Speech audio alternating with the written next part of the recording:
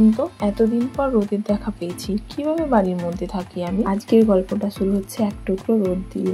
আসলে একটানা এতদিন বৃষ্টির পর না, গোটা মাঠ ঘাট জলে ভরে যাওয়ার পর যখন রোদ ওঠে না, ভীষণ ভাল লাগে দেখতে। আর আমার বাড়িটা যেহেতু একদম গ্রামে, একটানা অনেকদিন বৃষ্টির পর না যখন একটু রোদের দেখা পাই, তখন ভীষণ ভাল লাগে। আকাশের সাথে সাথে গাছপালাগুলো যেন ভীষণ পরিমাণে ঝলমল করে। নিজেকে একদম আটকে না রেখে বেরিয়ে পড়েছি একটু ঘুরতে। সঙ্গী ছিল আমার দাদার ছেলে, মানে আমরা পিসি ভাইপো, কিন্তু আমরা ভীষণ পরিমাণে বন্ধু একে অপরে। তাই কিছু কেনাকাটা করার থাকলে ওকেই আমি সঙ্গী বানাই আর কি, আর ও চলে যায়। ঠিক আছে, মানে ও ভীষণ এনজয় করে আর কি। আজ স্টেশনে আসা মাত্রই তাড়াতাড়ি ট্রেন পেয়ে গিয়েছিলাম, তো চলে এসেছিলাম আমরা বাগনান। এখানে আমার দিদি আমার জন্য ওয়েট করছিল। একসাথে আমরা এসেছিলাম বিশাল মেগা মার্টে। ওখান থেকে আমাদের বেশ কিছু জিনিস কেনাকাটা করার ছিল।